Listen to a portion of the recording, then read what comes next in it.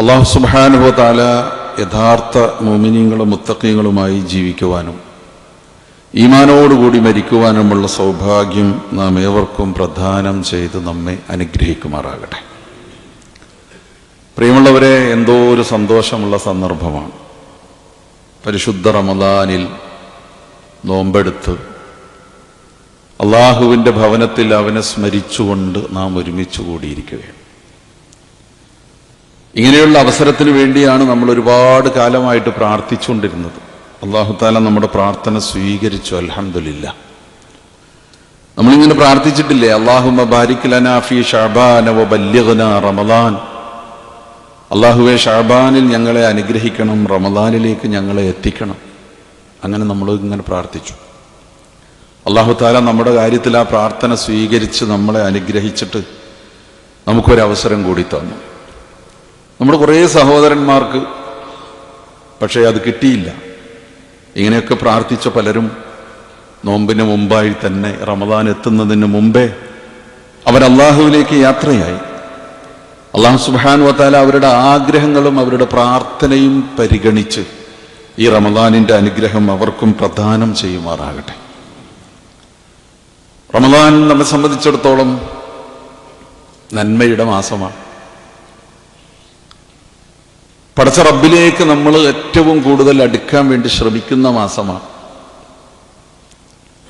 പടച്ച റബ്ബിനോട് നമ്മുടെ സങ്കടങ്ങളും ആവലാതികളും പറയുന്ന മാസമാണ്. പടച്ച റബ്ബിനോട് നമ്മുടെ തെറ്റുകളും കുറ്റങ്ങളും വീഴ്ചകളും ഒക്കെ ഏറ്റുപറഞ്ഞു മാപ്പിരക്കുന്ന മാസമാണ്.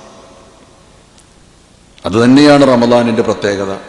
ഒരു റമദാൻ ഒരു വർഷം ഒരാൾക്ക് കിട്ടിയാൽ, അതവൻ ഏറ്റവും നല്ല രൂപത്തിൽ ഉപയോഗപ്പെടുത്തിയാൽ, അതിനു മുമ്പ് മരണപ്പെട്ടു പോയ ഒരു ഷഹീദിനേക്കാളും വലിയ ദർജയിലാണവൻ എന്ന് ഒരു ഹദീസിലെ ഒരു പ്രസിദ്ധമായ സംഭവം നമ്മൾ കേട്ടിട്ടുണ്ടാകും. ഞാൻ അതിലേക്ക് പോകുന്നില്ല.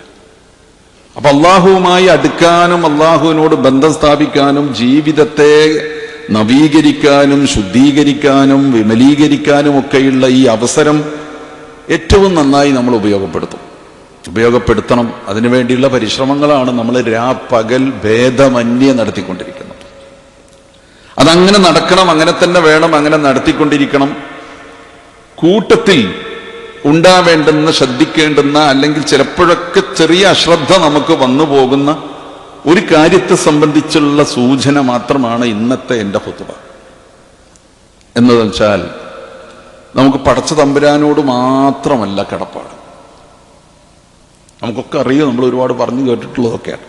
പടച്ചവനോട് മാത്രമല്ല, പടച്ചവനോടുള്ള ബന്ധം, പടച്ചവനോട് പ്രാർത്ഥന, അവന്റെ കൽപ്പനകൾ പാലിച്ച് അങ്ങനെ അങ്ങനെ അങ്ങനെ അങ്ങനെ അള്ളാഹുവുമായി ബന്ധം സ്ഥാപിക്കുകയും അള്ളാഹുവിനോട് അടുക്കുകയും അവൻ നമുക്ക് പുറത്തു തരണമെന്ന്, അവന്റെ കാരുണ്യം നമുക്ക് കിട്ടണമെന്ന് നമ്മൾ പ്രാർത്ഥിക്കുകയും ആഗ്രഹിക്കുകയും ചെയ്യാം. അത് മാത്രമല്ല, നമുക്ക് പടപ്പുകളുമായിട്ടുണ്ട് കുറച്ച് ബന്ധങ്ങൾ. അതായത് പടച്ചവൻ പാതി, പടപ്പുകൾ പാതി എന്ന രൂപത്തിൽ വേണം ഒരു പക്ഷേ മനസ്സിലാക്കാൻ.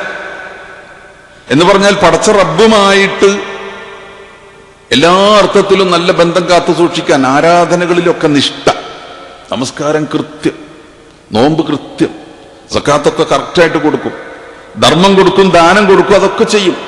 ദിക്റുണ്ട്, തസ്ബീഹുണ്ട്, തഹ്ലീലുണ്ട്, ഖുർആൻ ഇങ്ങനെ ആവർത്തിച്ചു പാരായണം ചെയ്തുകൊണ്ടിരിക്കും, പഠിച്ചുകൊണ്ടിരിക്കും, ഹിഫ്ളാക്കിക്കൊണ്ടിരിക്കും. നോക്കൂ, ഇതൊക്കെ പടച്ച റബ്ബിന്റെ തൃപ്തിയും പൊരുത്തവും നമുക്ക് കിട്ടാൻ, പടച്ചവനിലേക്ക് നമുക്ക് അടുക്കാനുള്ള ഏറ്റവും പ്രധാനപ്പെട്ട മാർഗങ്ങളാണ്. അതൊക്കെ ചെയ്യുന്നു. അതോടൊപ്പം അവിടെ സംഭവിക്കുന്ന ഒരു അബദ്ധം ചിലർക്കുണ്ട്. അതെന്താന്ന് വെച്ചാൽ, തന്റെ സമസൃഷ്ടികളെ അവഗണിക്കുന്നു, സമസൃഷ്ടികളോടുള്ള ബന്ധം അവഗണിക്കുന്നു, അവരോടുള്ള കടമകൾ അവഗണിക്കുന്നു, അവരോടുള്ള കടപ്പാടുകൾ അവഗണിക്കുന്നു. എന്നല്ല, അതിൻ്റെയൊക്കെ അപ്പുറം പോയി, ഇനി കടമയും കടപ്പാടും നിർവഹിച്ചില്ലെങ്കിൽ അതിൻ്റെയൊക്കെ അപ്പുറത്ത് പോയിട്ട് സഹജീവികളെ ദ്രോഹിക്കുകയും ഉപദ്രവിക്കുകയും ചെയ്യുന്ന അവസ്ഥ. അങ്ങനെ ഒരു അവസ്ഥയാണ് ഒരു വിശ്വാസിക്കുള്ളതെങ്കിൽ ഒരു ഭാഗം, ആ ഭാഗം വളരെ ക്ലിയറാ, പടച്ചവന്റെ കൽപ്പനകൾ, ആരാധനകൾ, ആത്മീയത. പക്ഷെ മറുഭാഗത്ത് ആ വിഷയം പരാജയമാണെങ്കിൽ ആ മനുഷ്യൻ വിജയിക്കുകയില്ല.